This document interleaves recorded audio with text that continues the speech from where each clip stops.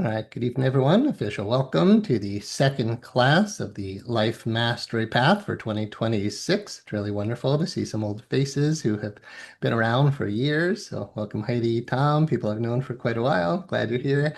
And welcome to new faces, especially welcome to World Happiness Foundation peoples. More than happy to have you here because we're all in it together to make the world a better, more beautiful place. And tonight, we'll be going further into Life Mastery Path. And let me just use the PowerPoint to get us started. Um, great. I don't know how to quite, let me see. There you go. With my screen set up, I think we have to do it this way. So sorry, it's not full screen. But yeah, feel free really to interact, use the chat pod, probably not interrupt, but really, if you want to ask questions, if you want to speak, raise your hand. We'll keep it interactive and we'll make this ours. So I'm going to go pretty quick through the different slides just to orient you to things. And please know, anytime I'm talking about me or what we do, I'm here tonight for you to help you to find two answers to two important questions. And I hope you already know these answers. But if you don't, then seriously consider these two ideas as we move through this. So, question one for tonight would be, who are you? And question two, what is your purpose? What is your mission? Why are you here? What is your dharma? So, different ways to ask the second question, but essentially, question one, why are you here on Earth? And question one, who are you? Question two, why are you here? With that in mind, whenever I mention myself or our companies, the different branches of what we do, it's really aimed to help you to see all the resources that are available for you, a lot of free resources. But then tonight, what we're going to move towards is the core state, the core of your being, your core mission statement, the essence of who you are. So, who are you in your essence and why you here? So, if we're going to talk about success, right? We need to know like what's the foundation. So tonight's class, so we're Anahat Education Group, and Anahat is a word for the heart chakra. Yet specifically, the word is referring to that which is beyond vibration. Anahat is that which is pure potential. So I encourage you to consider tonight to be a meditation, not necessarily a linear progression, but a meditation deep into the core of your own being. So if you were thinking about what is Anahat, it's more than just the heart chakra. There's a term in Sanskrit called the Hridayam, which means your heart cave. How would you know you're there? How would you know you're at the very heart of your being, the very essence of your being? The symbol for Anahat chakra is a six-pointed star. And in Anahat meditation, we talk about the ascending path where we're climbing the mountain towards source, towards truth, right? So when we enter and get on the spiritual path, we're going somewhere, whether we know it or not. Of course, we're not going anywhere where we're not already at. You already are what you're looking for. So the spiritual path is so interesting, right? Because there's nothing I should be able to say tonight that you don't already know, because you already are what you're looking for, right? I'm saying, let's ask the question, who am I? Well, you are you, right?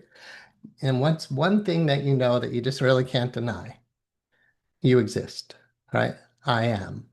So, what is that very essence of you as I am? The word anahat could be related to that. The very essence of you is pure potential. And why would that be so important? Anything you put after I am, you're going to bring into your reality. I am stupid. I'm bad. I'm not good enough. That's going to create a reality. Today's lesson in A Course in Miracles says, well, yesterday's was, I'm not the victim of the world I see. And tonight's lesson is, I have invented the world I see. So if you were thinking about life mastery for you, where are you at now? So again, the question, who are you? Where are you in your life right now? And are you able to align with the very core of your being so you could truly say, I know who I am, I know what I'm meant to do here, and I'm doing it from the essence of my being. Okay, so I encourage you to keep moving into that because again, we don't have to be super linear about this. Welcome to everybody who just joined in. So every other Sunday night, we'll be doing this class, and this is class 2. And here's the schedule of what we'll be going through. Tonight is self-realization and the enlightenment process. And then you can take a look at the other courses here quickly if you like. I'm not going to take the time to read them. If you're interested in hypnotherapy training, our next class does start February the 10th. You can check us out on every social channel. We've been making a really strong community presence now. If you're interested in A Course in Miracles, I did that last year where we spent about 25 classes just talking about A Course in Miracles, and I'll always work to bring Course in Miracles wisdom into what we do here. Onlinemonastery.com is a place you can go to dive deep in some of the teachings that I offer, 60 hours of completely free meditation training, and to the Spirit of Online Monastery, also founding Anahat Monastery. So I hope you can see, because again, I'm here for you. Anahat is the core of your being, meaning the pure potential of the I am that you are, right? You exist. When you're coming from that core, everything you do is an expression of it. So for me, I founded Anahat Meditation Center when I was 24 years old. I'm 53 now. It's never left. In A Course in Miracles, it says, what is real cannot be threatened. What is unreal does not exist. Herein lies the peace of God. Your mission, your dharma, your purpose, including who you are, can't be threatened, right? You exist and you can change that. And I'm going to suggest, and I say this to every client and student I work with, and nobody ever disagrees with me. You have a mission, you have a purpose. There's a reason why you're here. So I'm showing you mine, and I hope you'll show me yours. Right? I'm sharing with you what my vision is and what my mission is so that you can give some thought to who are you and what is your vision? What is your mission? One thing to consider is when we do our dharma, our mission, our purpose, we don't do it alone. We walk with mighty companions by our side. So I encourage you to consider this as a community endeavor because we're not doing it alone. Two of the books related to the Anahat meditation system are shown here. Again, 60 hours of free meditation training on onlinemonastery.com. And again, we have a retreat happening up here in April in the Adirondack Mountains for those who are interested. Some of my other books that speak to the theme, podcast, community support groups. The Enlightened Life is our conference coming up soon. Um, Going through real quick, I don't want it to sound promotional here, I just want to orient you to what we're all about. The dashboard, you can go to our instituteofhypnotherapy.com, our member directory, and our alliance with World Happiness Foundation to invite 10 billion people to be happy by 2050. So if you haven't heard this recording yet, go to YouTube, type in 10 billion happy by 2050, listen to it once. I believe we're doing the world a favor by aligning our minds to say, let's do this together. And tonight, we'll go into your core mission statement. So let's take a brief overview of the Life Mastery course and what we'll focus on tonight. The Life Mastery course is designed to help you to achieve success in every aspect of your life. Let's get 10 billion people to do that. So I asked Luis Gallardo, founder of the World Happiness Foundation, I want to join up with you. I love what you're doing. And again, we have a beautiful alliance and partnership now. I said, what do you mean by happy? We're all walking around with this toxic positivity thing. Everybody's just happy, happy, joy, joy. Like, what do you really mean by happy? And to me, and I would ask you to think about that for yourself, because happy is good, right? But then there's joy, there's love, there's bliss, there's peace, there's enlightenment, there's self-realization, there's self-actualization. But if everybody was just happy, we'd have made progress towards those even higher vibrations. That's one way to look at it. The other is the way I would define it tonight that we're going to focus on throughout these classes together: health, wealth, and enlightenment. So this is my invitation to you to say, like, what does happy mean? Seriously consider you're healthy, like your physical body is healthy. Being physically sick is a source of so much suffering, and so much illness is psychosomatic. So much of what we do in the field of hypnotherapy is, or the way I teach it for sure, heal the mind to heal the body.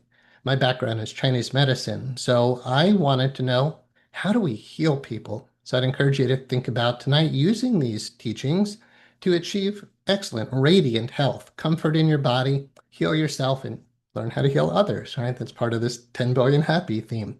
Let's help people to be healthy, starting with oneself, right? Physician, heal thyself. So you'll notice in this model that we're getting into, it's all about prioritizing yourself, but yourself is all beings. So if you come from oneness consciousness, the Bodhisattva vow says, Sentient beings are numberless. I vow to save them all.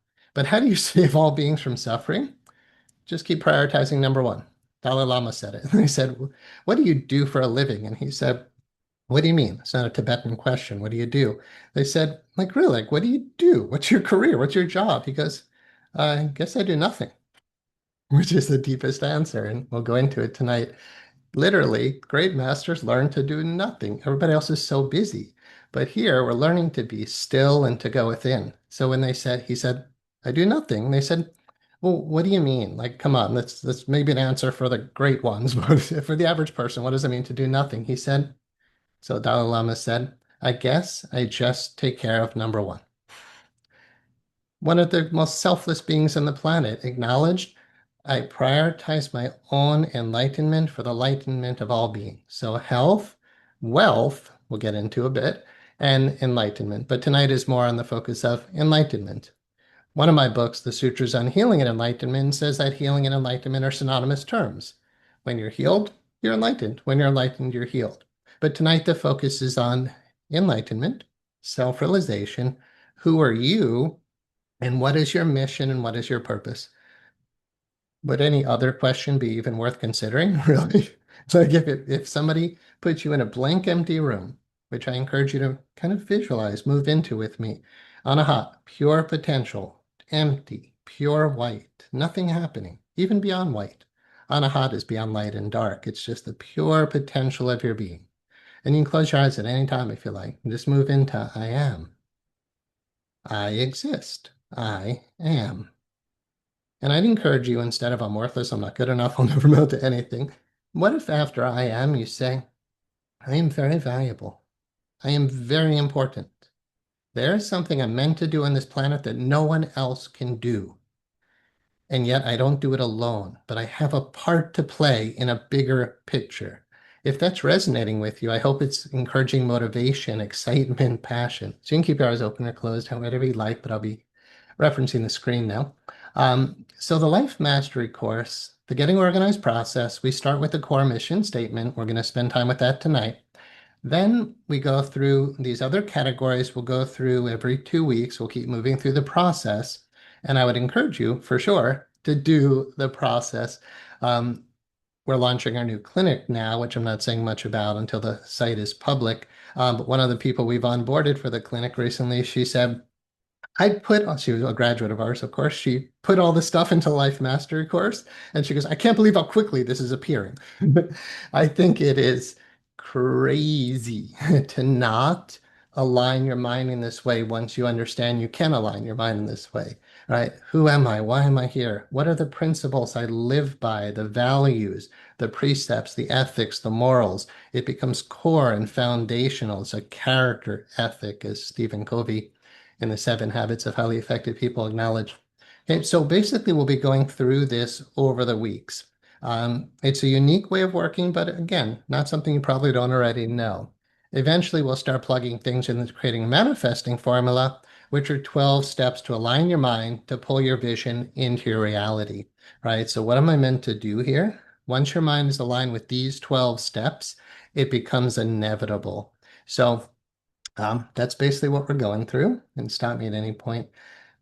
Before we go deeper into life mastery, let's spend a little bit of time with the topic tonight, self-realization and the enlightenment process. These images I'm proud to show because they're in my new book, Facilitating Enlightenment, but it was too expensive to print the book in color. So first edition is black and white. So I'm glad you get to see these images. I had an artist draw these for us, took the time to buy the copyright.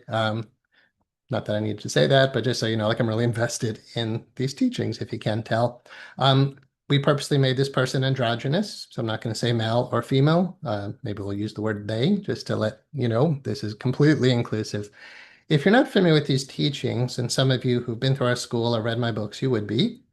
These are called the ox herding pictures, and I'll go through them relatively quickly because, again, I know my audience and some are familiar with this. But it's worth orienting your mind to this anyway. Maybe asking yourself lovingly, gently, where are you at on the path and what might be next, right? So if you're like, oh, I think I'm in this stage. Okay, well, what does this stage mean and what happens next? The important thing is actually where the path, quote, ends. When these are 10 stages. And they were originally, when these came from the Taoist tradition, they were actually more 8 stages. And even in early Buddhism, they were more 8 stages. It was climb the mountain, get to nirvana, get to enlightenment, get to self-realization, you're done. You can check out, it's over, go to heaven, sing Hare Krishna, enjoy yourself. But eventually, the consciousness of humanity evolved more, and we realized if we don't all go together, we don't go at all, right? I can't be free and liberated if you're not. If you're suffering, I'm suffering because we're the same self. Enlightenment shows us that we're all one. And I don't believe anybody should ever claim to be enlightened.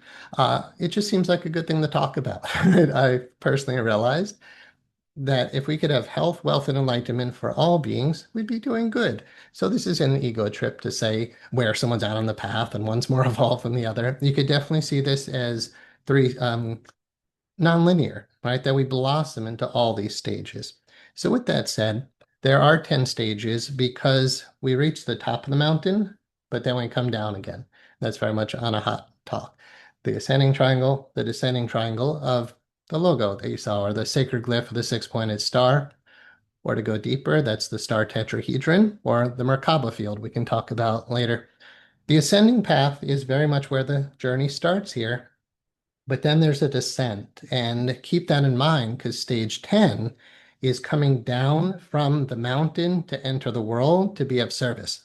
That's where your Dharma really shines, right? Where you've found the essence of your being. Spirit is clearly telling you, in case you haven't caught on, I think the word spirit is synonymous with I am, right? Who am I? I am. I'm a spiritual being having a human experience, right? Not a human being having a spiritual experience. You're a spiritual being having a human experience. That you, in case you haven't noticed, isn't hanging out on the angelic realms right now. You're in this world that's quite a mess.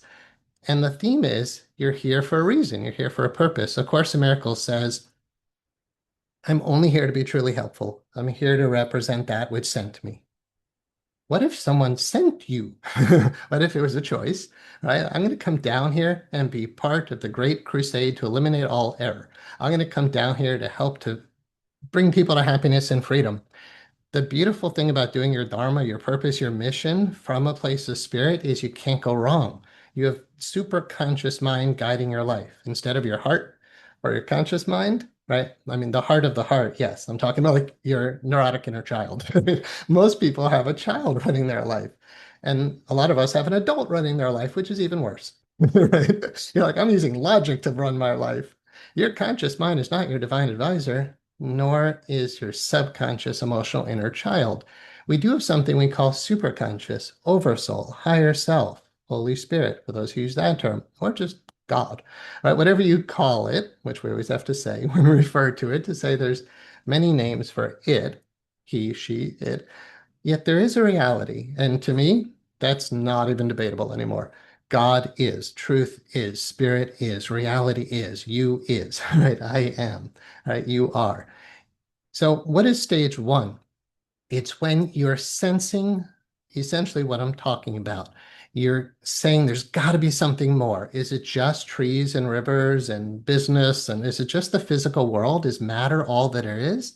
Do I have a purpose? Why am I here? Am I just a body? Seeking the ox is when you start questioning and you're longing for something more. A lot of people who get into spirituality are in this place. They're searching YouTube. They're trying to figure out like what this is there more than just taxes and food, right? Like why am I here? And who am I? It's when we start asking those questions sincerely that the path begins. Eventually, we start finding the footprints. These are the teachings of the masters, those who have walked the path before us. They're great saints and sages who have figured out the game. In case you don't know, I would consider myself a religious scholar. I was a philosophy major in college. I eventually went deeply into religious studies and spent 5 years living in monasteries and ashrams. So I spent about five in the Himalayas. I spent about 5 years of my life living in spiritual and monastic communities because I realized the great masters, they know. They have the answers. So, what are the answers? What are they teaching us? One main thing that the masters teach is that we're all one. It's called the perennial philosophy. Aldous Huxley um, basically looked at all the different spiritual traditions, all the religions. He said they're all saying the same thing, essentially, right? Most people who are here probably understand that it's all a return to love. It doesn't matter if you're Islam, Muslim, Sufi, Buddhist, Zen Buddhist. Doesn't matter if you're Hindu or Hare Krishna. It doesn't matter if you're a Taoist or Jewish or Christian or it doesn't matter what tradition you come from. And sorry if I left anybody out there, right? Every tradition eventually is pointing back to the truth of who we really are. Fred said emptiness, Brahman, Christ, awareness, love is mixing levels, not synthesizing insight. That's not integration, it's conceptual bypass. Okay, I'll let you just let everybody take that in for what you like. So if we go beyond words, right, there's a teaching, a perennial philosophy that's basically saying one truth, and we all approach it in different ways. The point is that there's a path. We're on the path, and where does the path lead, right? So just hold the thought, like, am I on the path? If you know there's a path, you become committed to the path. And the path largely is for your own self-realization, your own enlightenment. The main question the masters end up saying teaching us is ask, who am I? Right? Who are you? And why did they say that's so important? In A Course in Miracles, there's God, and you're a child of God. You're not your own creator. If you didn't create yourself, it would seem wise to know who is it that created me? What a profound question, but I don't know that enough of us actually take the time to ask. Did something create me? Not your body. The body's part of that whole evolution thing. But you as spirit, if you're not your own creator and you didn't create your mission and your purpose, it's something given to you, right? Then when we want to know the answer to that, we have to go within and tap into that source. So it's not conceptual. It's not theology. It's an inner knowing that comes from, we could say, enlightenment, meaning knowing who you are. Revelation in A Course in Miracles comes from spirit to you, not from you to spirit. So when you go deep inside, which I'm encouraging you to do tonight, to go beyond your mind, beyond your emotional mind, beyond your conscious mind, tapping into that higher consciousness within you. It's the I am presence. You might find it in your higher chakras. If you ask a question in there, you will receive an answer. So maybe just ask, who am I? The point about who am I is you're not the one who can provide the answer. Because if you buy into a theistic model, you're not your own creator, right? So if spirit says you are pure love, in humility, you just go, okay. If spirit says you are meant to do great things, in humility, you say, okay, my experience as spirit, when you listen to that voice, will always be more glorious than our ego. So it pushes us out of our comfort zone for sure. But in finding the tracks here, we're seeing what the great masters have done and what they teach. So I can't recommend enough studying the lives of the great saints and sages. They figured it out. And yeah, it makes life a lot easier to know. First glimpse of the ox is when we discover that truth. We have an experience of it. It's usually an experience that's associated with maybe the first Kundalini awakening. In Zen, we might use the term Satori, the first glimpse. In Jainism, it's called Samyak Darshan, the first glimpse of the self, the first glimpse of your soul. If you've had this experience, you'll know, right? Because it's an experience of perfect love, perfect light, ineffable joy, just a sense of perfect goodness within everything. There's meaning.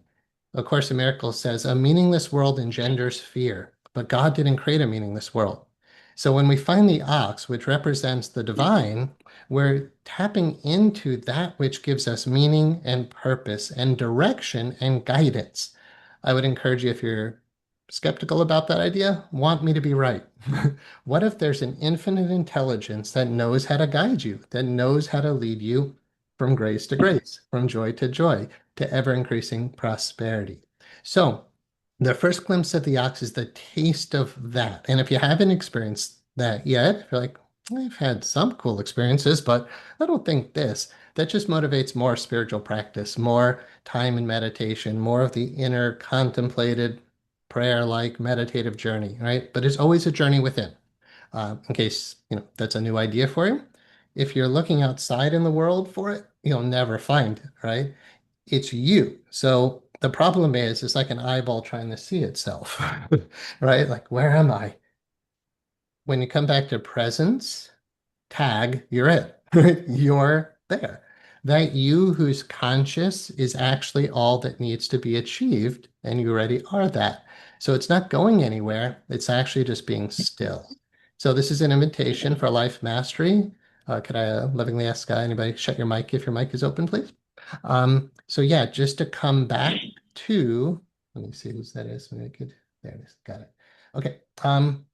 Great. So this is an invitation to come back to yourself over and over, because once you've tasted the ox, once you've had a glimpse of the divine, you just want more of it. So you become a devotee. You become obsessed with being with that more and more and more, because it's everything you've ever wanted to feel. In neurolinguistic programming and hypnotherapy, we call it the core state, from Kanye Ray Andreas's beautiful process called core transformation. So maybe take a moment. Let's be with that. If you close your eyes for just a sec. And if I said to you, how do you feel now? You don't have to answer, but just take inventory. How do you feel now? Just ask yourself what would feel even better. Like right here in this moment. Would it feel better to just slow down your breathing? Would it feel better to find your center? Just keep asking, what would feel better? Whatever the idea is, if it seems healthy and beneficial, step into it. It would feel better to be more calm. If you can conceive of it, you can feel it. It would feel better to open to love. If you can conceive of it, you can step into it. It would feel better to open to bliss. It would feel better to be immersed in pure light. It would feel better to feel one with my source.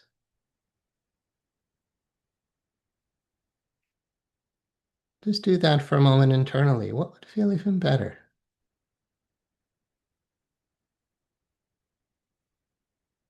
And then just keep putting your attention on that core of your being. So again, you can leave eyes open or closed, whatever works for you through the class. But again, it's meant to be like a walking meditation, a conversational type of hypnosis, if you will, a continual pacing and leading back to your true self. So we call that the core state. And tonight we're going to look at your core mission statement. But how do you come up with your core mission if you're not in touch with your core? So for life mastery, find the essence of your being. The first glimpse of the ox is when we've experienced that. And again, it's not just something that happens in meditation, like what I just guided you to, like maybe you felt some peace, some love, some light, some bliss. The glimpse of the ox is when you experience that everywhere in everything. And you'll be in awe if you haven't had the experience, because it's staggering to know inside of every single thing you see is divine light, love, bliss, peace, and joy. It permeates every cell of every atom of the universe. Again, want me to be right. And I'm only saying what I've heard from the great teachers. Yeah, so if it was only one person saying it, questionable. But everyone who's been there essentially says it. Okay, next one. What starts happening in stage 4 and 5, to talk about it briefly, is you might say spiritual discipline. Call it sadhana and the yogic path. It's when you have to start taming the ox. Now, we said the ox is the divine, yet what you start noticing is something's keeping you from that. And basically that what you may have heard called the monkey mind, right? But the disturbed heart, that inner child that's wounded, the mind that is chaotic, untrained, the body that can't sit still in meditation, that's not flexible, that's not healthy, that doesn't have good energy. When we're catching the ox, we learn spiritual discipline.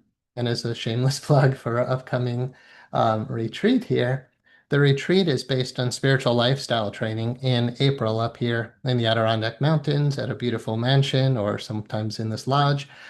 It's actually up in a mansion. And we'll be going deep into spiritual lifestyle training. Like, what does it actually mean to engage spiritual practice every day? Now, of course, your life is spiritual, right? But when we say living a spiritual life, it just means every moment essentially is dedicated to taming the ox.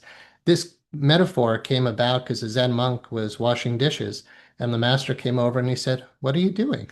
And the student said, the student said, "I'm taming an ox." What he meant was, I can't just wash dishes. My mind is all over the place, right? I'm always in the past. I'm always in the future. What we're looking for when we talk about the core state, the core of your being, who are you and why are you here? It's only found here and now, right? You never find it in the past or the future, but that's where the mind is always going.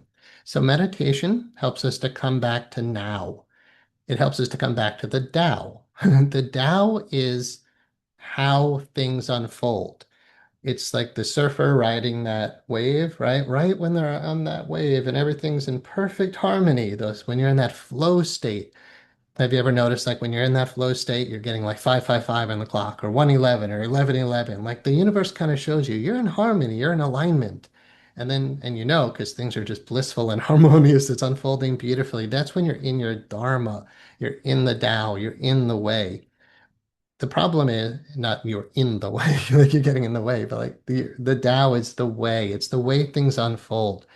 As we harmonize with it, we tend to move from grace to grace, from joy to joy, and really it's a model of ever increasing abundance. And why would that be? Like, but I thought like, spiritual people don't make a lot of money or anything. One of the secrets to becoming wealthy is find a need and fill it, right? If people need silver, if you've been watching precious metals lately, if people need commodities, which they do, that's why we call them commodities. Um, if you really need and value something, right, you're going to be putting your attention on it. You think it's important. I lost the train of thought there. But the point is, catching the ox is to keep bringing the attention back right here now over and over and over again. We'll let go of the other thought that I lost there. But moving on, taming the ox. So here, the mind is more calm, it's more centered, it's more stable. The heart is more relaxed, it's more open. You're not so caught up in your personal self. You could consider the ox here as the ego. Who are you? You're the person there. And again, it's not a boy or a girl intentionally. So you're the spirit, your soul, your Buddha, whatever you want to call you, right? That you has to tame the ox. A Course in Miracles says, I rule my mind, which I alone must rule. I rule my mind, which I alone must rule. And again, today's lesson, I'm not the victim of the world I see. That was yesterday's, but segue to that is I'm inventing the world I see. Today's lesson. You're the inner controller. You're the dynamo that directs all the life force energy. You're the one who moves the power of your will. You're the one who sends out intentions.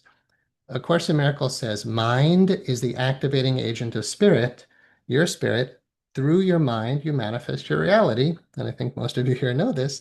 However, nothing can be accomplished with an untrained mind. So, spiritual practice, spiritual lifestyle is learning to tame the ox so that your body, mind, and emotions help to fulfill your mission, right? When you're sick in bed, it's okay, but somebody has to be helping you, right? You want to be on the flip side of that. Again, when I talk about wealth consciousness, 60% of Americans struggle with debt and live paycheck to paycheck. But with things changing, like you really want to be in the side of wealth right now, like true wealth. Again, commodities, precious metals, things that are real, right? So anyway, I do want to focus on wealth building because tonight again, health, wealth, and enlightenment are major components of this work. If you don't have the energy to just do what you have to do, then it's so hard to succeed. I think the thought I lost before was why is how does wealth happen when you're doing your dharma? Find a need and fill it. Your dharma will always fulfill the needs of others because you'll be of service to others. The money just follows because you have something valuable to offer. So, taming the ox is not a sacrifice. It's just saying, I'm going to get my body, mind, emotions aligned with my mission, my purpose, my dharma, so I can stop useless journeys. The ox is always trying to run hither and thither, right? Looking for grasses in the world. the focus isn't actually on the ox. So here, stage 6, we start riding the ox home. You're putting your attention in this stage on the core state itself. This is a stage often aligned with bliss. In Sanskrit, in the deep meditative teachings, it's called Anand Samadhi, the bliss of oneness consciousness. When the body, mind, and emotions are tamed, when you've engaged spiritual discipline and you can sit meditation, you can do yoga or whatever you do, you can spend more time in prayer, contemplation, studying scripture, again, whatever you do, it's no longer a challenge or a discipline. The ox wants to do it. Your body wants to do yoga. Your body wants to eat healthy foods. Your body wants to drink water. Um, so riding the ox home is being deeply aligned with who you are, but still needing some sense, of course, spiritual practice. But generally, now you're playing the flute instead of the earlier pictures needing a whip and a rope, right? So the spiritual practice is basically just guiding you home. And it's not just you, it starts to become your dharma, your mission, your purpose starts getting movement, momentum on its own, where mighty companions are walking with you and it becomes more and more effortless. So what we'll talk about through these classes, the law of least effort. The law of least effort, true creating and manifesting happens with effortless ease. When you're sitting in the core state, riding the ox home, you're just playing the flute and you're watching beauty unfold through you. Your life becomes beautiful. And again, want me to be right because I'm only sharing what I've heard from great teachers along the way. And that's part of my mission, which we'll get to in a moment to help you define yours. Eventually, Ox forgot himself alone. Here, the person has gone quite far, let's put it that way, into the meditative disciplines. Here, there's very little ego, and basically, the person has their both eyes focused on the moon. What they say in the deep spiritual traditions is put both eyes on God, right? If you're meditating in other traditions, like if you're a Vaishnava, you love Krishna, put all your attention on Krishna. Christ said, seek ye the kingdom of heaven and all its righteousness, and all things will be added unto you. Focus on the divine and align your principles with your highest ethics and values, the deepest moral principles you can tap into. Everything else unfolds naturally. But often at this stage, we're going deep into, a sec. Great.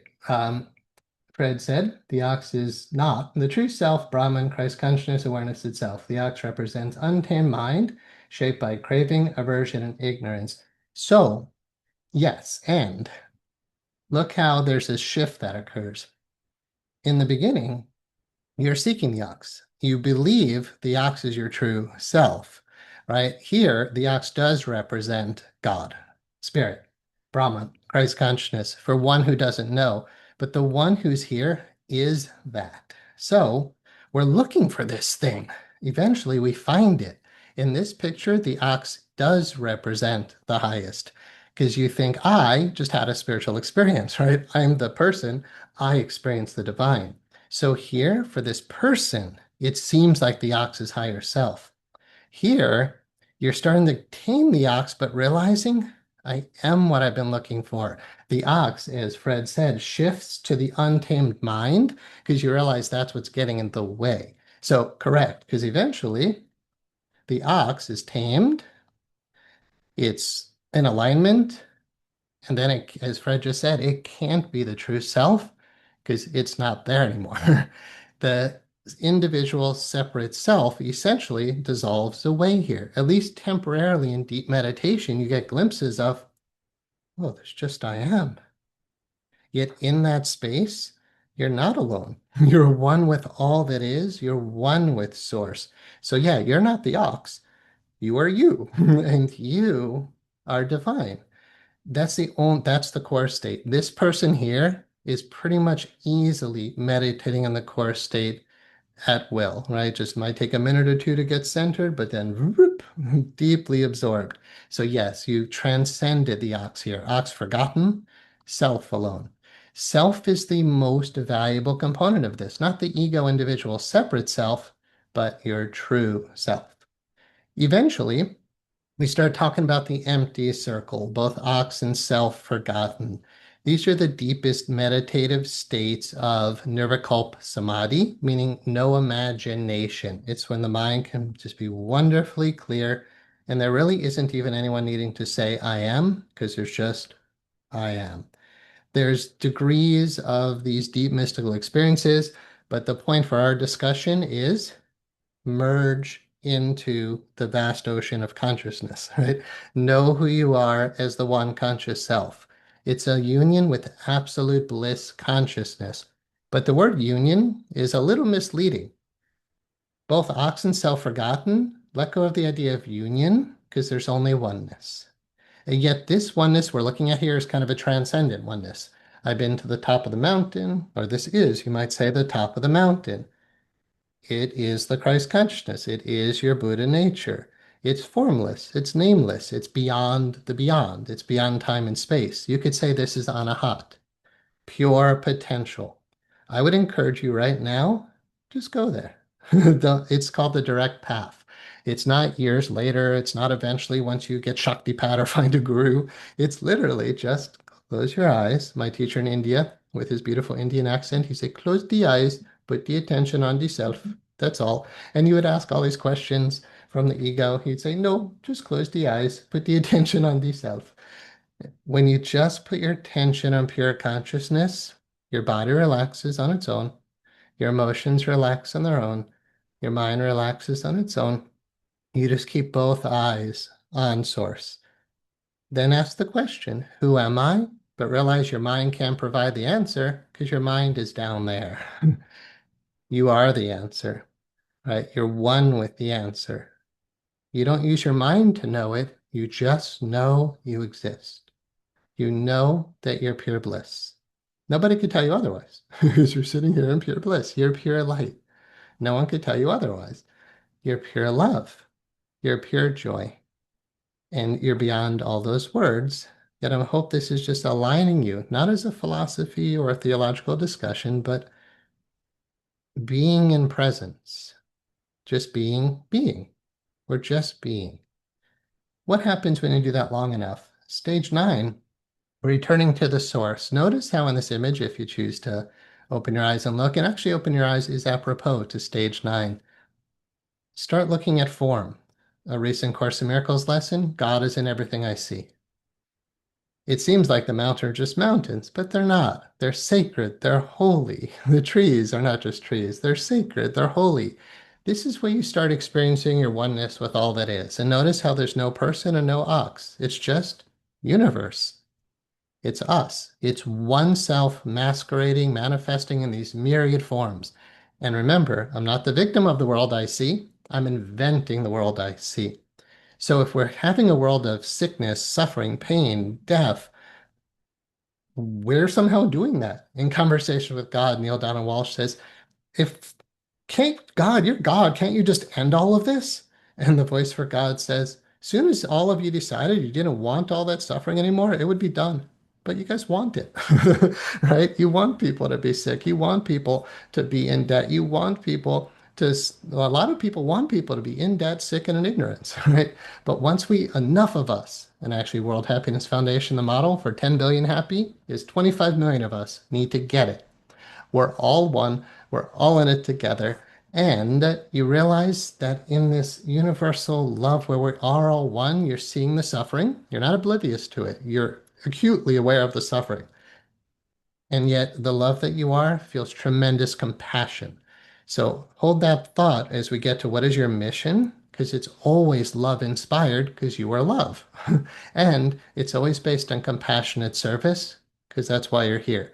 Anything else that's done only selfishly, like stock trading only to make money, what for? Right? You don't take it with you when you go. Manifesting wealth is part of this theme, but not for the sake of wealth alone, but for the sake of better fulfilling your mission, which leads to this. Entering the marketplace with helping hands. Here, usually this is the big fat jolly Buddha image, but here you have this older person. And again, I'm not saying man or woman, it could be anybody from any part of that spectrum. The older person is there with the younger person. Not always. Sometimes younger people teach older people, right? But when the two have come together, It's not by accident. So, A Course in Miracles says, when the teacher of God is ready, his students are waiting for him. Excuse the masculine pronoun. That's how A Course in Miracles is wording it. But when you're ready, your clients, your students are waiting for you. The people you'll be of service to are waiting for you. Again, find a need and fill it. People want what you have to offer. But the question is, who are you and why are you here? So you know what you have to offer. So entering the marketplace with helping hands, you might say is the quote final stage, but it doesn't end. That's where it begins because you realize until everyone is free of suffering, because we're all one self, I'm not done. It's totally in A Course in Miracles. It's the essence of the Buddhist Bodhisattva vow. In Judaism, and excuse my Hebrew not being great, it's called Tikkun Olam, liberating the sparks of creation within all things, right? Within every single person, at least we can look at people, but I mean, that teaching is plants, animals, rocks, sparks of divine creation, everything. But in the human being, sparks of divine, Buddha is in there, right? Christ is in there. You are it. And yet, so many of us don't know that. And in the deep teachings, they say that's why we suffer. You suffer from avidya or ignorance. In Sanskrit, vidya means knowing, and means not knowing. You suffer because you don't know who you are. Therefore, the path, again, here in these stages, 7 and 8, know who you are in the deepest essence. That's the top of the mountain. But then you come back down, and it takes some time. These are, stages that take years to go through. But eventually, you start realizing I am here to be of service. I am here to make the world a more beautiful place. A Course in Miracles has you affirm, I am the light of the world. It's either true or not true. I am the light of the world. It says, I'm amongst the ministers of God. You might not use those words, but what would it mean to be in the world for loving service? In Sanskrit, it's called seva, selfless service. And you can practice seva.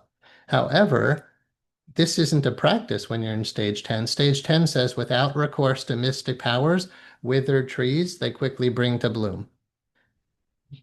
Just being around someone like this. My teacher in India, before he would come into the room, I'd be meditating. We're in the Himalayas, the vibration's pretty high.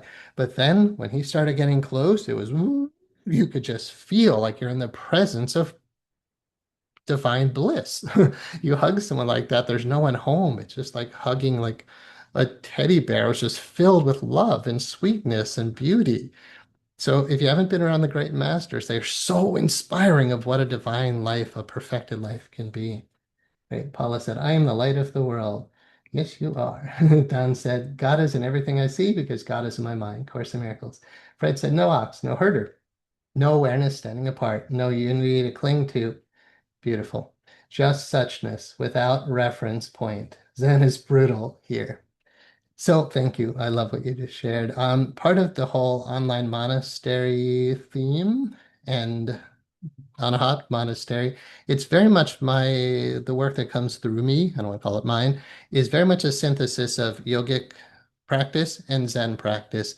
Um, but Zen, where you just have to wear the robe, isn't necessarily Zen. This is Zen. Now is Zen. Uh, Zen is brutal here, and that is Fred said, because you can't hold on to anything. You just let truth be as it is. And what is Zen? Nobody who knows what answer. In the Tao Te Ching, those who speak do not know, those who know do not speak.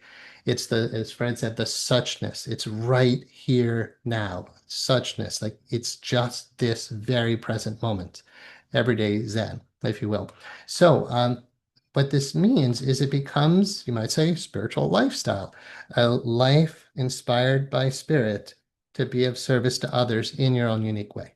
With that said, let's talk about core mission statements.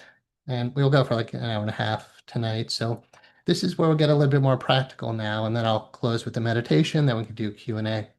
This is my personal core mission statement. If you're interested in Anahat Education Group's mission statement, the Institute of Interpersonal Hypnotherapy, the International Association of Interpersonal Hypnotherapists, or anything else that comes through this, they're all on our website, Institute of Hypnotherapy, instituteofhypnotherapy.com. You can see our vision and mission page, which on that page, you'll see the philanthropic components as well, because mission always relates to, again, giving. To have, give all to all. So, essence of A Course in Miracles. If you want something, give it away. To have, give all to all. We'll get into that when we talk about universal laws in a future class.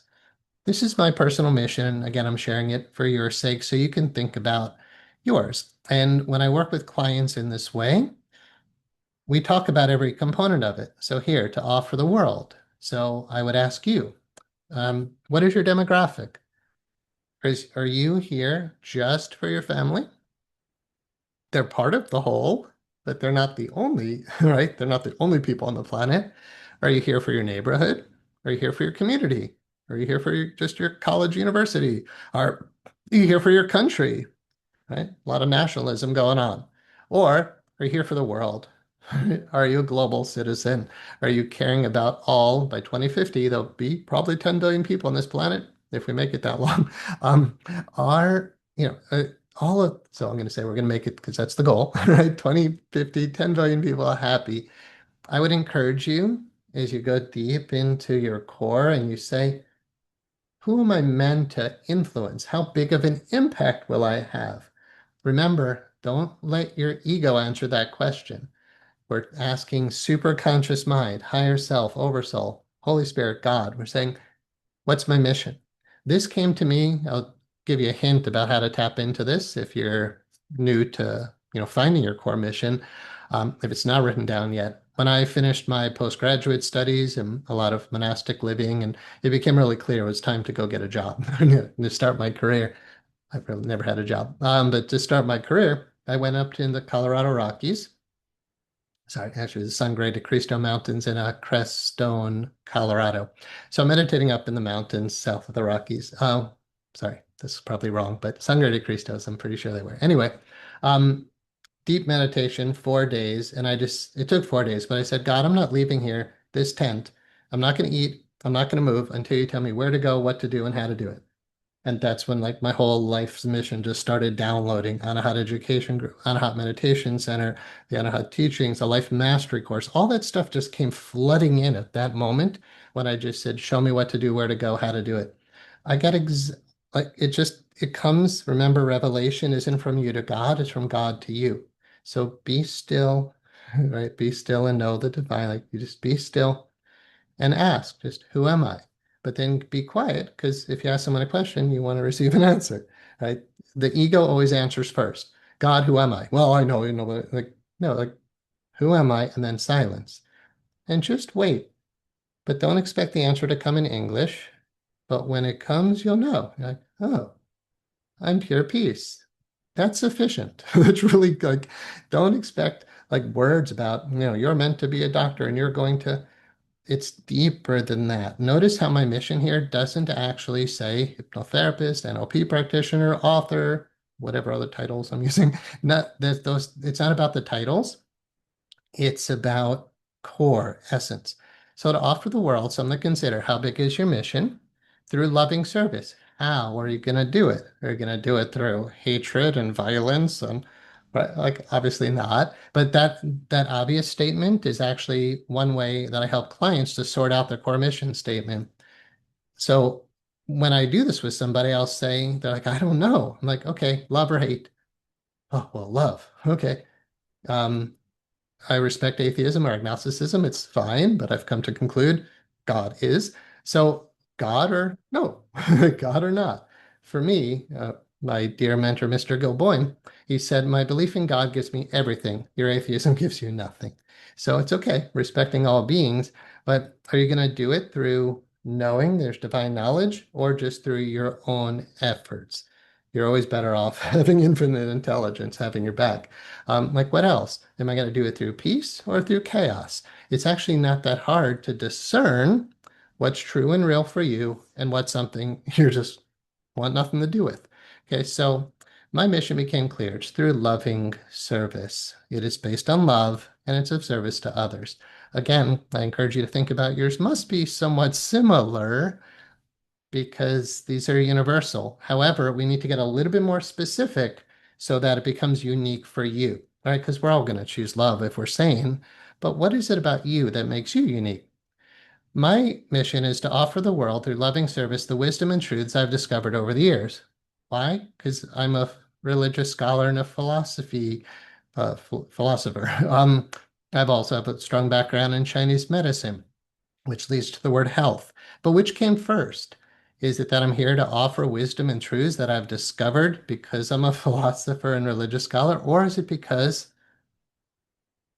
well, it's just cause and effect are one. It's not ox before the chicken or egg. It's chicken and egg. Like, if you're a monk, you're a monk because you care about God, and because you care about God, you're a monk. Like, and to me, just being a monk means someone who never stops thinking about the divine. So, um, anyway, I realized I'm not here to do anything but to mostly be a teacher. So I'm here to offer the wisdom and truths I've discovered over the years. This is where it got a little bit more specific, and I encourage you to think about what would make you unique in this regard, right? Maybe it's teaching, maybe it's healing, maybe you're meant to write down your words, maybe you're meant to use your hands to heal people, maybe you're meant to give business advice. I have a wonderful client colleague who I was helping him to find his mission the other day, and it was uh, advising because that was appropriate. There's no worse vice than advice, but for him, it was very appropriate to give advice, to mentor, and to invest in others. Invest in others' success and offer knowledge, wisdom, advice, mentoring when applicable. That becomes more specific. So, again, for you, what would be more specific rather than just universal love? In a way that relieves the suffering of all beings. So when I heard 10 billion happy by 2050, I'm like, oh, that's totally aligned with my mission. But isn't it aligned with all of our missions? Right? In a way that relieves the suffering of all beings.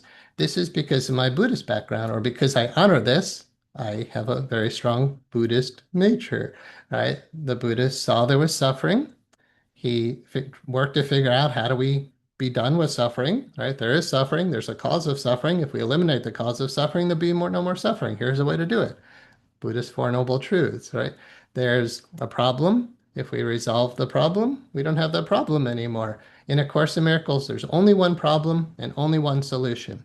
You're either part of the solution or you're part of the problem. The problem is basically the ego, is what Buddha realized, the individual false separate self that has no clue what's going on and is essentially, in A Course in Miracles terminology, insane. This is pure Course in Miracles. The ego is insane. Spirit, who you truly are, is completely sane. And again, that's where all the answers are. That's where the knowledge and wisdom flows. It's where your true self is. It's who you are, right? So, in a way that relieves the suffering of all beings, um, but again, that's big, right? But it is the Bodhisattva vow. Until all beings are free, I will not stop. To me, that's not even a choice at some point. The Bodhisattva vow is really easy because you're like, oh, there's nothing else to do. This is my job. This is my purpose. This is what I'm for. A Course in Miracles says, whenever you do something, ask what for. And it says, turn to spirit and say, is this in harmony with divine will? Is this in harmony with the Tao? Is this in alignment with source? Right? Is this my dharma? If it is, run forward with reckless abandon. If it's not, be glad you were saved from a useless journey. Right? But generally, I would imagine if you're here listening, that you're here to relieve the suffering of maybe not all beings, but maybe humans. I've realized human beings are a huge part of the problem. Animals, pretty relatively innocent, plants, the planet itself, but we're making a big mess of things. So my mission is actually very much to heal the heart and mind of humanity. Because once we're back into alignment, we'll stop making such a mess. Okay, and then in a way that promotes health, wealth, and enlightenment for myself as others. The, whoops, the,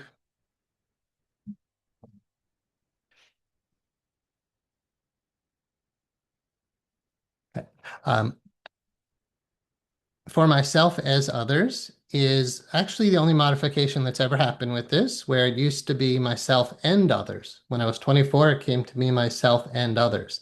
Over the years, it was myself is others. We're all one being, right? And if we're all one being, then I want to give whatever I can to you for what I want to receive. Well, what do I want? I want health, wealth, and enlightenment. So do you. So if you're honest, right? Of course you want to be healthy, only the insane ego would want to be sick.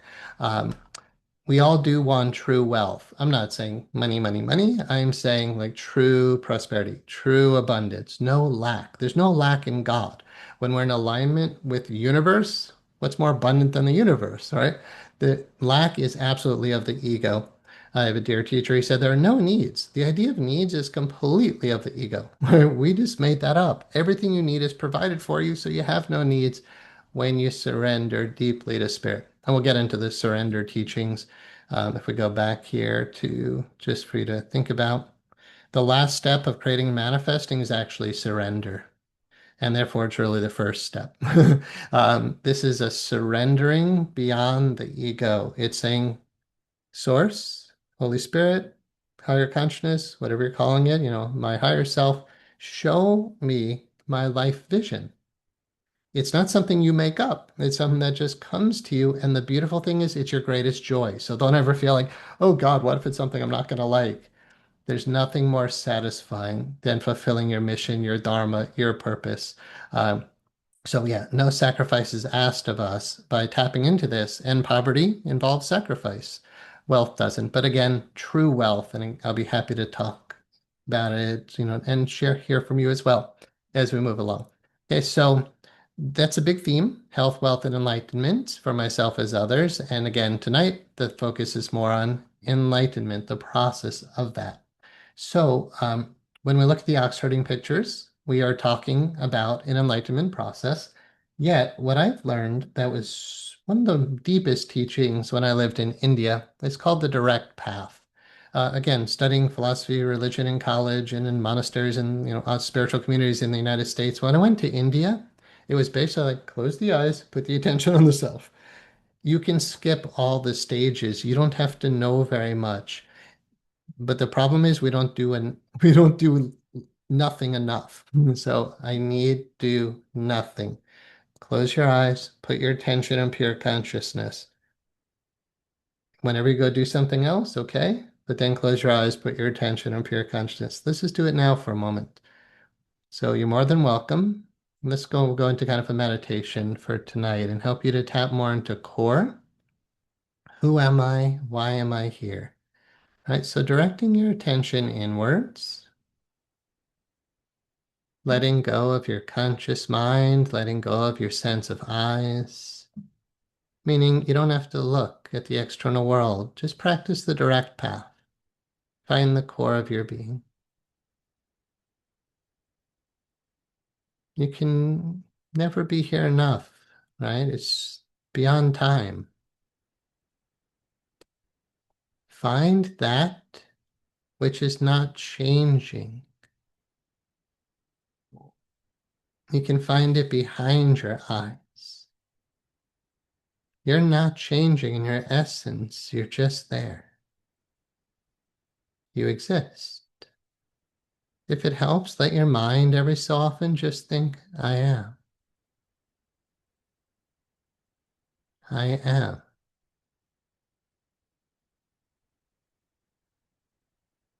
Your eyes are closed, yet on the screen I have the empty circle. What if your mind was filled with nothingness just for a moment? Encourage your thoughts to settle down. But don't try to stop them with force. Just put your attention directly on soul, on spirit, on essence. You'll know you're moving in the right direction because you'll feel more peace. You know you're moving in the right direction because the mind does settle down when we put our attention beyond it, above it, behind it. You might feel like you're floating in and up, releasing your consciousness from this world, just temporarily. You're focusing on source, pure presence, pure awareness, pure being. Or, I need do nothing. Or, be still. And know God.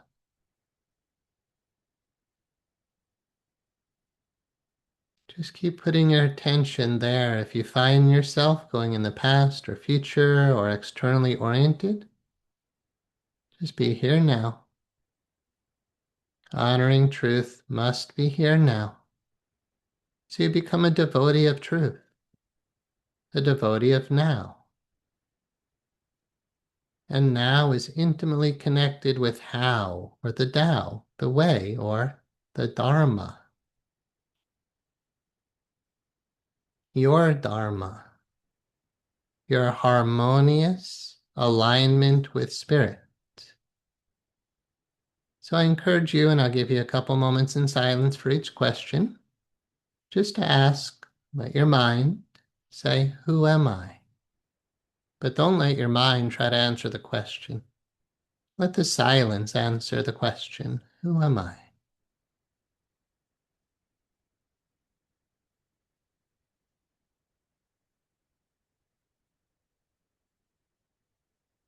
And again, the answer is beyond words, yet the answer is capable of using words.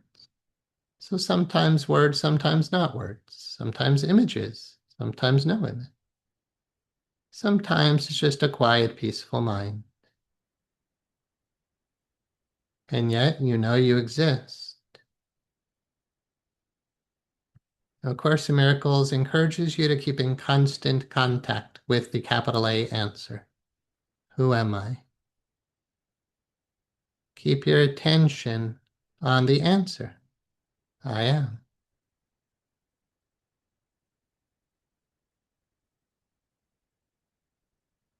It's the direct path. No gurus, no priests, no churches. Just close your eyes.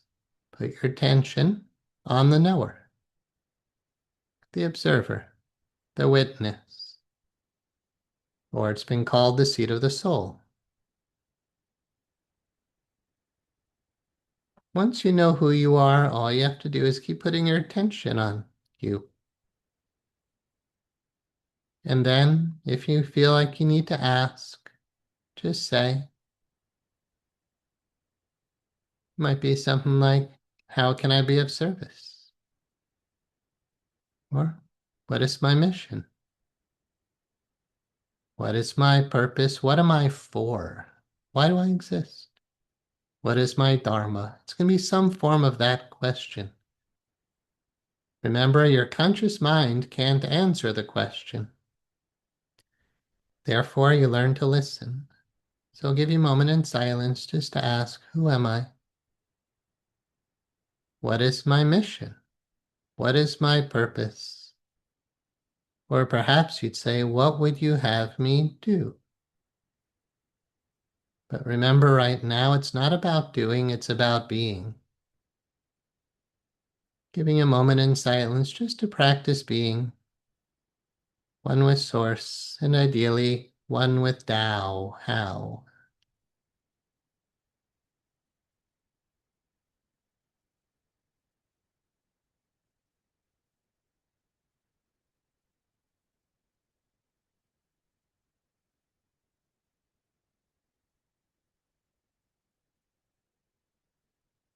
Now, I encourage you, before we open our eyes and transition, we can go to Q&A or discussion if you like. With your eyes closed, just think about everyone who's gathered here. You're not alone, ever. Yet you've come together, a decent-sized group of people. Just sense as if we're sitting in the same room. Your Dharma is never done alone. Your Dharma is based on oneness with all beings. So as you slowly consider starting to open your eyes, you might think, I'm only here to be truly helpful. I'm here to represent that which sent to me. And as you slowly open your eyes and reorient to the here and now, take your time with that. Yeah, just ask yourself, is this like some selfish thing? My purpose? Or is my purpose based on the fact that we're all one? That we're all brothers and sisters? That we're all part of the one same self? With that said, I'll go back to our meeting room. So you don't have to have your camera on. You're more than welcome to.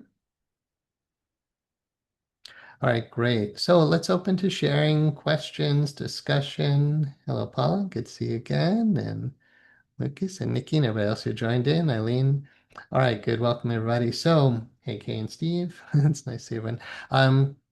Question, sharing, discussion. Feel free to use the chat pod. Fred said the Oversoul is a Neoplatonic romantic idea of a shared spiritual reality that grounds moral intuition and creativity while preserving individual distinctness. Beautiful. Individual distinctness. So, right, we're all one, we're all love, but that's universal. What is your individual distinctness? What is your dharma? What is your unique expression? Right? Like we're a hypnotherapy school and we have people graduate. I first thought I'm going to create a lot of mini-me's because I like what I do and I want to train others. And I'm like, no, it's not duplicating me. It's sharing techniques, knowledge, and wisdom, but helping people to unfold it in their own way. Right? So that you synthesize all of who you are as you bring it into the world, right? Being fully yourself. Anybody want to share insights, realizations, silly sayings? All right, cool. Well, I appreciate that. We'll start to wrap it up then if everybody's content with Q&A and sharing. So one more moment for any questions or sharing. I I can certainly, share. yeah, definitely. Heidi, Can you hear me? yeah, sure. Okay. I think for me, the struggle then is that balance, Mm-hmm. because it's not a linear process so much when, my mission is still to be in the world Mm-hmm. and to interact with other people and to have a family and to have children. Mm-hmm. Um, and so I find it's hard to balance correctly for myself that how much time do I give myself for meditation and spiritual reading? And, I'm always drawn back into that, but then there's always the pull of the world. So I think, yeah, I'm just sharing that I Mm-hmm. know for me, that's part of my ongoing, struggle. Yeah, I hear you. Beautiful. Thank you for sharing and humbly mentioning it's a struggle. One thing to get clear on is when we say like health, wealth, and enlightenment, I'm talking, typo there, fix that. I'm talking largely about career, yet it's really important to remember Dharma is not that specific. It's just a lot of, we're a career school. So a lot of people come to me like that, and I'm honored to be able to give people careers. It's so beautiful. So we focus on that. But Dharma could be translated as that which is harmonious in every moment. It's dharmic for you to be a mother. It's dharmic for you to be in a relationship, if that's what's going on. It's dharmic for you to be in the world.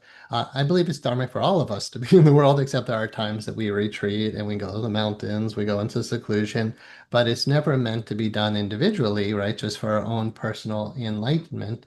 I had a teacher, he said, well, actually, a abbot of a monastery I connect with, he said, I don't believe in individual enlightenment. I believe in enlightened action. So you're entering the marketplace with helping hands. It's a balance, but not a balance the way most people would consider it. It's a balance of being so in Anahat. So I went to the life categories. We'll look at those to answer your question or, just to discuss your theme, but also look at like, let's say, here's your dashboard. But there's the Anahat Education logo with the Anahat Chakra, the six-pointed star. To me, that's been the Anahat meditation system has been my saving grace to be able to be fully connected to spirit, but fully grounded and functional in the world. So there's actually a meditation system called Anahat Meditation where it brings you to your higher chakras, but then it also brings you to your lower chakras. It helps you to function in all seven chakras simultaneously. And you're grounded, you're in the world, you're a parent, you pay your taxes, you do your job, you drive safely in traffic, like you're still a grounded, functional human being, but you can also be a God intoxicated mystic. Some of the principles that I have found that become part of the life mastery course is the life categories prioritized, which we'll get into in a future class. We touched upon it last time. Spirituality does in this teaching, at least I encourage it, but you can do this in your own order. But consider spirituality to be number one, which means you wake up in the morning, first thing you do before anything is focus on the divine. Bookmark the day, beginning of the day, end of the day with spirit, right? Like lots of spiritual communities I've been to or lived at. We'll meditate in the morning or do something together in the morning as community, but it's usually some kind of spiritual practice in the morning. go through the day, do your karma yoga, like you're in the world being of service, and then we come back again to meditation at night. It's just bookmarking the day with spirit and everything in between. Whatever it is, it's okay. I started with peace, I ended with peace. Even 5 minutes morning and evening becomes more like, you might say, spiritual lifestyle training, right? I'm always prioritizing connection to source. So I recommend 3 times a day. Just meditate 5 in the morning minimum, 5 minutes in the afternoon, 5 minutes in the evening. Eventually, it'll become hours just because, and maybe, after retirement, it can become hours, but still, it's become so intoxicating. You just want it more and more. And then, of course, mental, emotional health, physical health is important. If you think about it, though, you can meditate 5 to 15 minutes a day and stay connected. Mental emotional health, I know your therapist, Heidi, of course, but if you need therapy, you get therapy. If you don't, largely it's the life mastery process to me. That's a huge part of mental emotional health. I just keep my mind aligned with these ideas and meditating on spirit, thinking the thoughts I think with God, Course in Miracles. Course in Miracles is so easy and it keeps your mind totally aligned with the divine. But how long does this really take? Let's say you did a half-hour day of hypnotic programming. 15 minutes of meditation, and a half hour of exercise, 45 minutes of exercise. It's really only 2 hours or so to focus on number one, which is you, the most important thing. Then you do your career and finances, you do your relationships, and then ideally the other categories. But to me, getting super clear in these priorities means you're working to achieve success in all of them. And as Heidi said, like it's a struggle, right? Like you said, having balance with all of them. But that's why we're doing this class and having these teachings. So to me, the Anahat meditation system keeps my energy aligned through all my chakras, meaning I can be fully grounded in the world, in relationship, doing business, whatever, and also being a God-intoxicated mystic, ideally with a fully open heart as well. So that Anahat meditation has been super valuable for me. It incorporates the Zen idea of kind of being fully here, or very much just a mindfulness idea, being fully here now, but also the deep, ecstatic, mystical, the inner mystical journey. Largely for me, that's the path of yoga, but there's um, many other paths that take us deep into the bliss of our soul. But to walk in both, it can be a challenge. And actually, it was one of the hardest challenges for me until Anahat meditation came to me. I was like, oh, that's how to stay balanced. That's been super helpful. And then the life categories, just to say, I'm going to be successful in all these categories. So that's what we'll be doing as we move through the classes together, being sure we utilize every technique in the bag of tricks to achieve success in all these levels. Heidi, does that help? Yeah, that's great. Thank you, Matthew. Yeah, because I think my ADHD brain gets in the way. So I'll like devote myself to one thing in a day. I'll read some, spiritual reading, or I'll meditate for 2 or 3 hours that day, or, I'll spend the day cooking healthy or but I'm like moving from one thing to Yeah. another and I don't have the routine and Mhm. regularness that I think I need to establish. I think that's where that would really help me. So that was a great reminder of that. So thank you so much. Oh, And I wish I could attend your retreats. I'm yeah. going to be in England that week, so I'm so sad. I hope you have other Yeah. ones in the future. Oh, yeah. No, thank you. I appreciate that. Yes, this will be the first one in April. And again, there's still places available, lodging available if anybody's interested. But ideally, I want to do at least 4 a year. And again, we're moving more towards the Anahat Monastery vision of things. But there's a castle up here in the Adirondacks we're thinking of doing one at. So keep in touch. Yeah. You guys will get Wonderful. emails from us, I'm sure. But Heidi, when you're saying, I didn't catch your exact words, but it was like, like basically you're saying like I need like some more discipline, some more structure to keep me focused. I'm kind of all over the place. That's what catching the ox is. And again, it's not that we're saying, oh, you're in stage four. Like we could all always revisit stage four, which is spend some more time in the cushion. Just even if you don't want to meditate tonight, sit for 5 minutes. And all you do is close your eyes, put your attention on the self. You can learn mantra, what to do with your mind, but basically the first premise is put your attention on the I am presence, just direct path right to source. Um, if you just do that 5 minutes morning and evening, no matter what, you're starting to catch the ox, right? And eventually, yeah, it becomes a lot more tame, which is the next one. Great, thank you. Janine said, such a gift and gratitude for the direct path. Thank you. Thanks, Janine. Matthew. Yeah, Okay, this is Kay speaking. okay. Hey, so I'm having trouble articulating my thought here, but Mhm.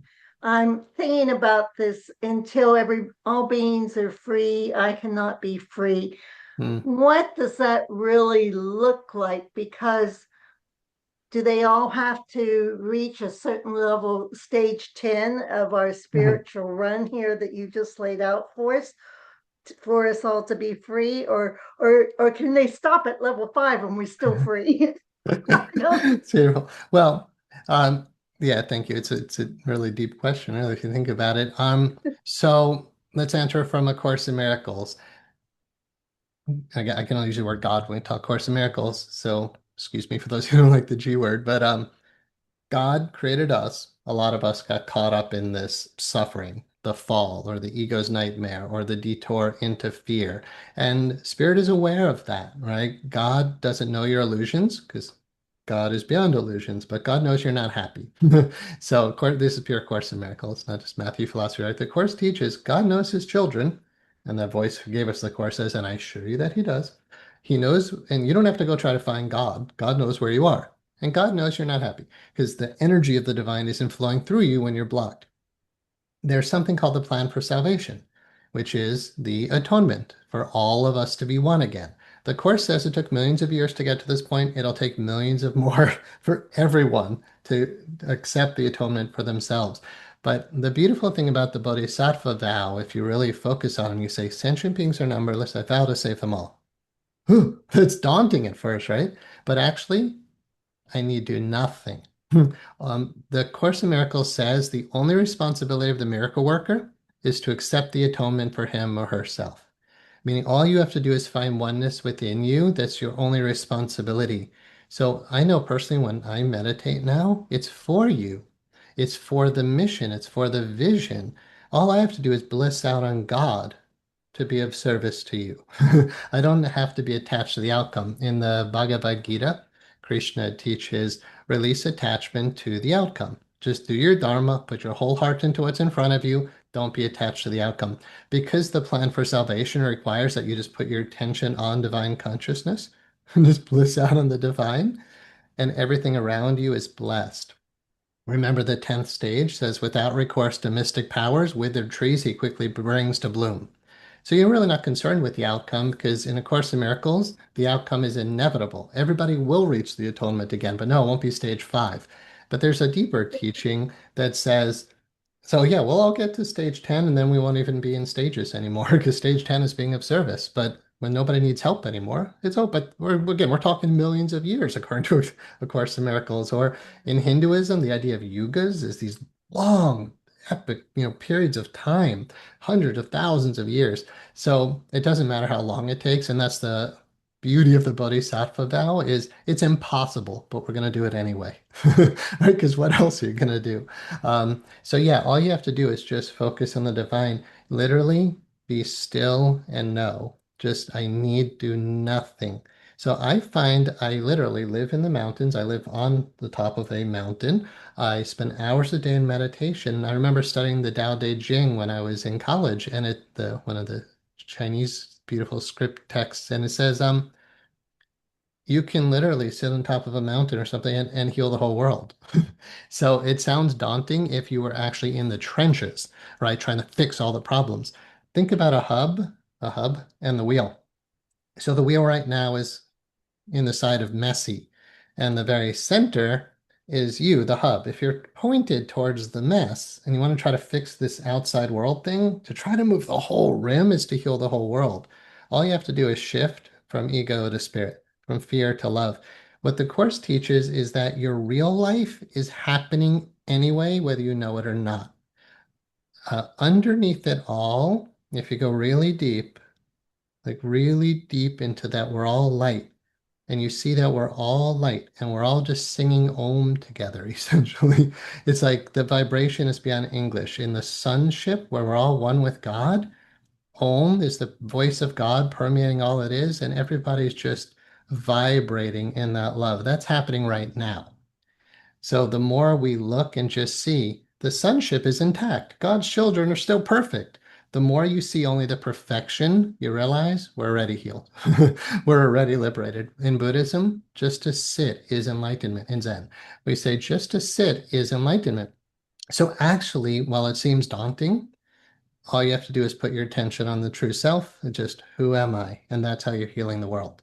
So does that help? Okay. It doesn't mean you have to fix everybody. It just means you prioritize the atonement for yourself. I guess, in a way, it's like just seeing the Christ in everyone. Hmm.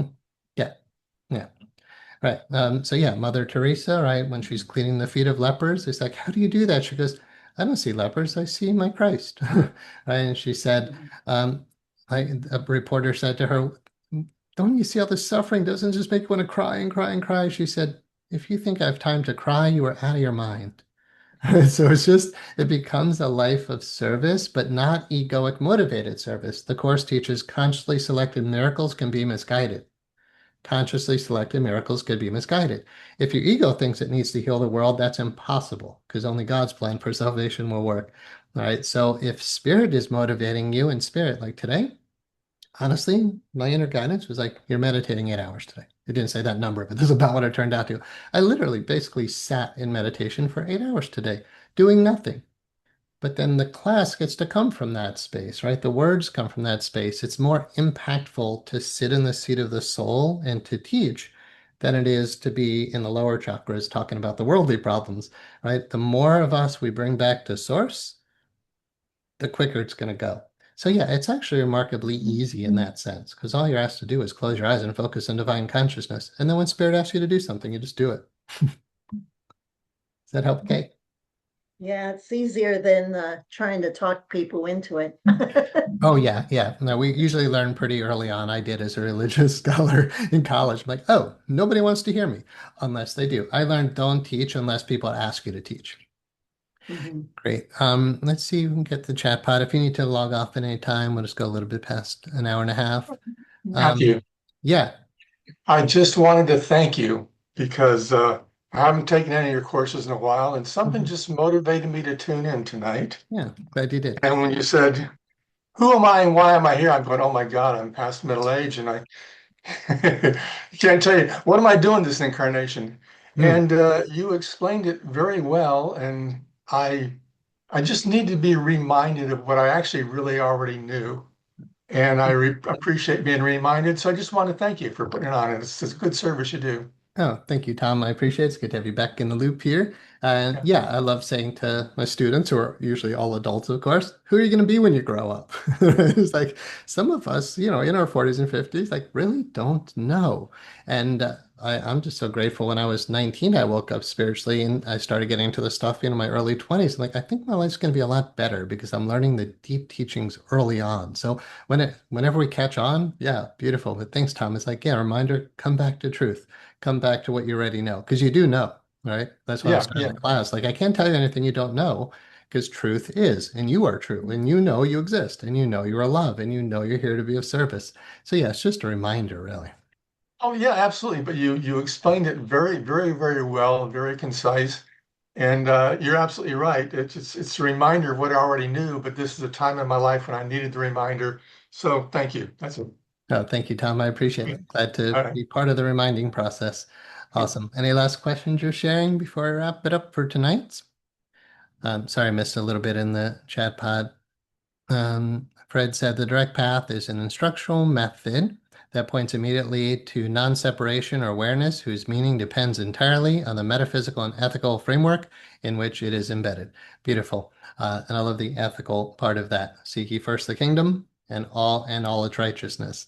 All right. So in a future class, we'll definitely talk about ethics, precepts, vows. Like, what does it mean to really commit to the path? So thank you, everybody. I appreciate you being here with me, listening to me yap. And we'll be here in 2 weeks. And the next class, just to let you know, we'll take a deep dive into A Course in Miracles as laying really good foundation. That class is subtitled Finding Alignment with Divine Mind to learn to think the thoughts you think with God. All right. Thank you all. Appreciate you. And hopefully see you in 2 weeks. Good night, all. Thank you, Matthew. Thank Thank you, you. everyone. Thank you, Matthew. Thanks, Eddie. Appreciate you guys. Good night. Thank Thanks, you, Matthew. Matthew. Nay. Thanks.